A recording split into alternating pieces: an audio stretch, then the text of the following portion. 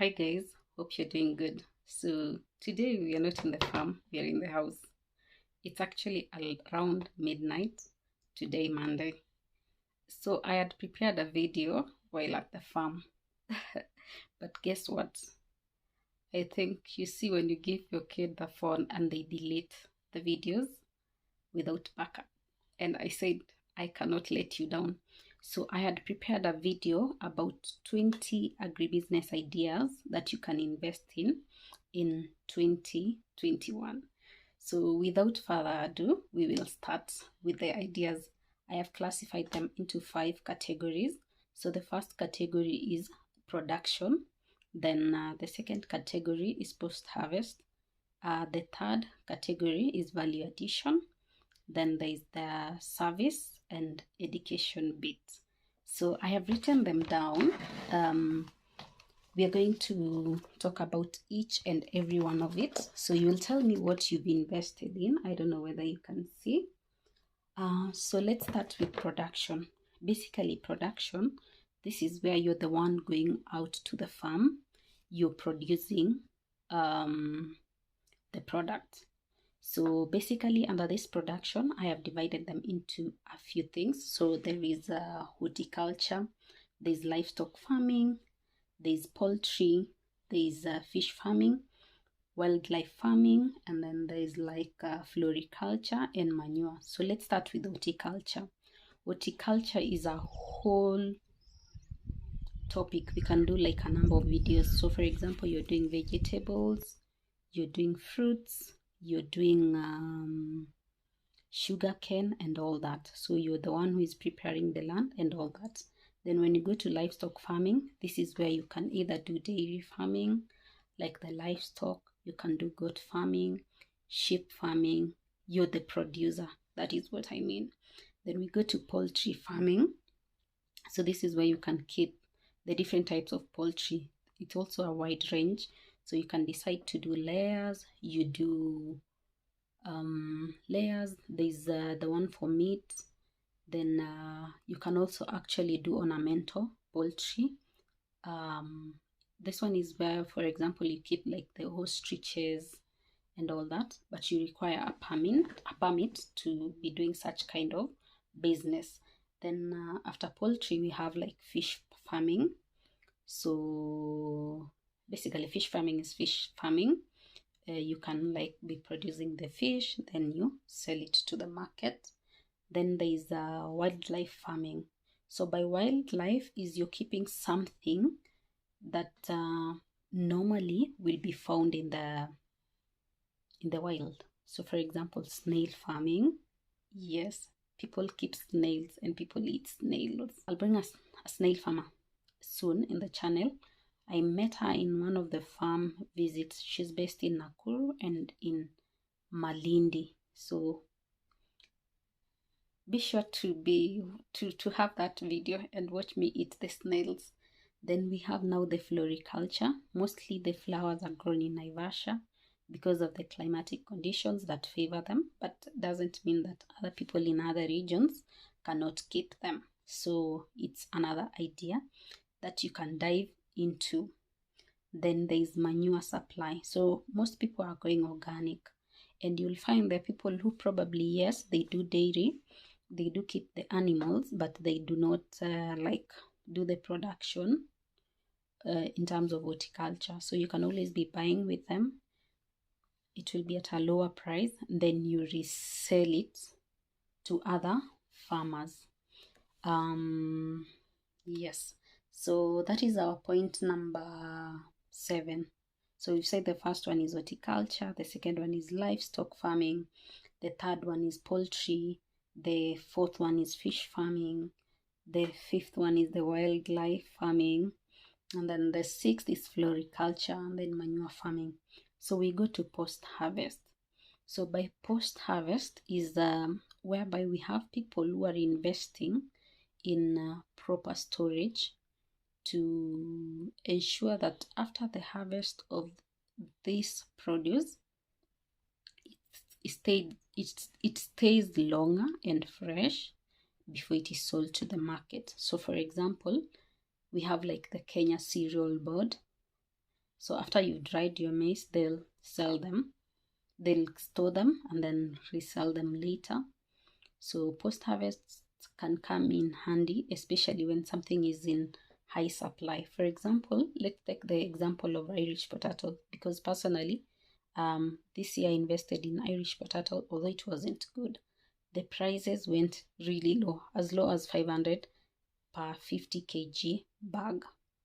So what that means, if maybe you've invested in post-harvest technology, you'll be able to buy these Irish potatoes at a very low price, go store them in conditions that can enable them to last longer. So when the supply has gone down, that is when you come in and you sell them. I think it's a good venture, especially for the highly perishable goods. Let's say, for example, vegetables, and you have all those storage facilities that are well, I think you will be good to go. So then we have, under post-harvest, we also have like the groceries. So you see, if you own a grocery, sometimes most of them do not produce these things. What they do is they will buy from farmers. So that is our point number 9. Then now we go to value addition. By value addition, you're going to the farm, you're bringing the raw material, but when you're selling it with more value. So that is why you see, for example, for value addition, it can be, for example, people have bought the origins, they have taken it to the industries, they have made juice. So let's say like avocado, we are selling the raw avocados, people go and make oil. We have the leather bags, whereby you slaughter the animals, you're taking the leather, you transform it to very beautiful bags, and you're selling them. So it's an area that we can also dive into. So we have that's our number 10. Then we go to number 11. This is under service. So for example, if you probably have a house manager, there are people who get their house managers from agencies. I've not seen agriculture agencies. So for example, if you have a farm and probably it needs the normal tilling, not using the tractors, people come in. I've not seen people having such companies where probably they have like 20 people who have been trained in terms of the digging, weeding, and probably post-harvest handling. So when you have such, if someone maybe hires you and they're doing, let's say like what can I say? Let's say like gooseberries. So these people come in, they do the planting, they do everything. Like the owner of the farm is assured these are experts who have been trained in this, and the result will be okay. It's something that we can look into so that people do not have to worry, oh, will they come today, or they will just lie to me that they are busy and they don't come. So that is one thing we can also dive into. Then another opportunity that we can dive into is transport. Most farmers who produce in surplus end up either selling at a very low price or getting losses from the farm because they don't have the means to get the products to the market. So let's say, for example, I'm based in Kisii and bananas do really well in Kisii. I have like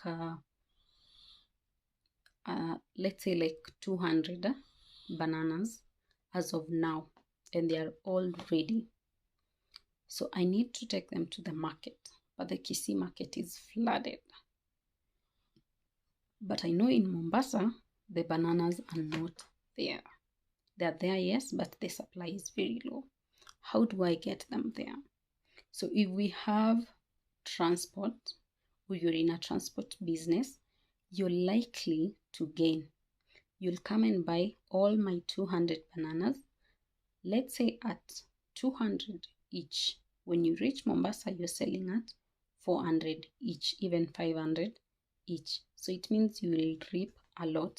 I think that, so I guess that is the advantage brokers have. You see, a broker will come with a lorry deep in the village, get those bananas at a throwaway price, and take them to where there are no bananas, and they sell. So it's something you can invest in. Identify probably what do you want to be transporting. Is it fish from Lake Victoria to Nairobi? Is it sugarcane from Kakamega to Nairobi? Is it coconuts from Mombasa to Kisumu and all that? So it's a good venture, although it is a high capital venture. So you can come together as a group and buy a lorry and do all that. Then another thing that you can do, this one is in production, it's beekeeping. One time I was listening to radio and a presenter was saying they do beekeeping, and the reason they gave is because they are not very efficient in terms of monitoring. Like let's say if they had planted sweet potatoes, that they are supposed to maybe spray this pesticide, they're supposed to do this, they are not good with that. So for bees, you just have to put the first capital where you get the hives. The rest they'll do for themselves. So it's also a good venture that you can do. And then we go to the other thing is packaging. Assuming you're in Kitale, you do not plant maize, but during the harvest season, you can always buy like the packaging materials. We'll call them gunias. Then you sell to the people. Let's say, for example, it's for strawberry. You can sell the packaging containers. They call punnets. Yes, you sell them and all that. Then you can also venture into structures. Let's say someone wants to start a poultry, but they really want a very good structure that will last them long, that will be efficient for the chicken. You come in, you can do maybe structures for pigs, you can do structures for livestock, for the cows and all that. So it's a good venture you can also look into. Then now we go to the education bit. So another venture that you can look into, this is venture number 16. Assuming you have a 5-acre piece of land and you're in Kitale. Kitale has good climatic conditions, like you can literally grow anything.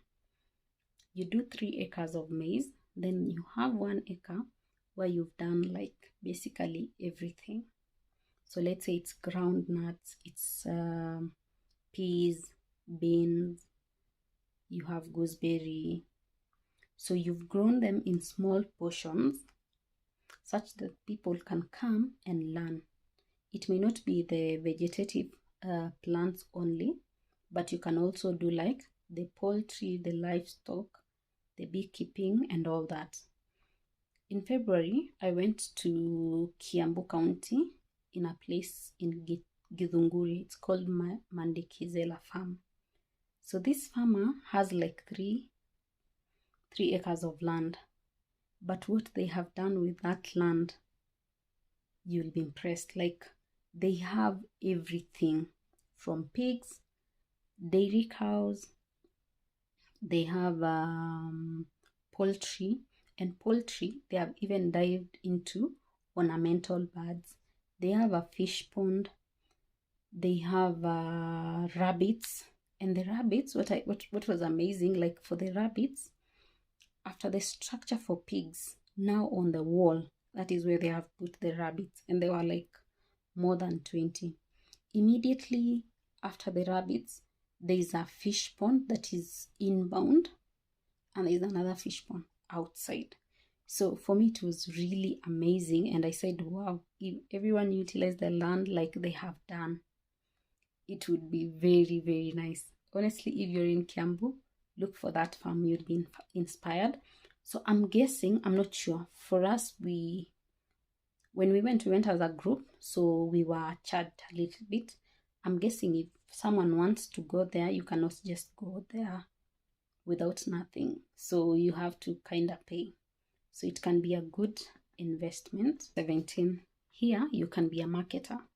You see like the exporters I'm very sure most exporters do not plant these things or do not rear the whatever we export. Means on your end you'll have the transportation, you'll also have the market. So I don't know whether the brokers will fall in here, but there are other companies that are doing it, like they buy goods from people and then they resell, especially in towns. So that is another opportunity, number 17. Opportunity number 18 is you can open an agrovet. So for the agrovet bit, for you to have an agrovet, you must be, for you to sell the veterinary kind of stuff, you must be a vet. But if you're not a vet, I think now you'll deal with agro, whereby you sell like the fertilizers, the seedlings, and all that. It's also a good venture that you can look into. Then now we go to number 18. So I've not seen this, it's just my thoughts. You see, like when you finish high school, we go to computer schools, we go to music schools. Are there agriculture schools apart from the universities and the colleges? What do you think would be required for you to own such a school? For example, people can enroll of all ages. Let's say it's kids during the holiday, like they go for music classes, they can go for agriculture courses. I think it's something that can be done in every county and all that. Then now, second but not least, this is where you're a professional. Assuming you went to campus, you went to college, and you did something like horticulture, crop protection, veterinary medicine, and all that. So it means you can opt for consultancy and all that. Lastly but not least, you can be a content creator like me. Thank you so much for listening. This video has been made last minute. I've never had such. I just came, I wanted to edit the final parts, and I found the previous video is not there. Imagine, I couldn't sleep. Imagining I had told you the video is premiering at 6 a.m. and I'm like, you know what, I'm really sorry it went no. So if you're new here, kindly subscribe, give me a thumbs up, and let me know which venture would you like to dive into. I'd be really interested to know. Thank you so much if you're returning and you have your bell on. I am super grateful. Kindly share the video. Let's hit the 1,000 subscribers by the end of the month, by the end of next month. Thank you so much. Bye.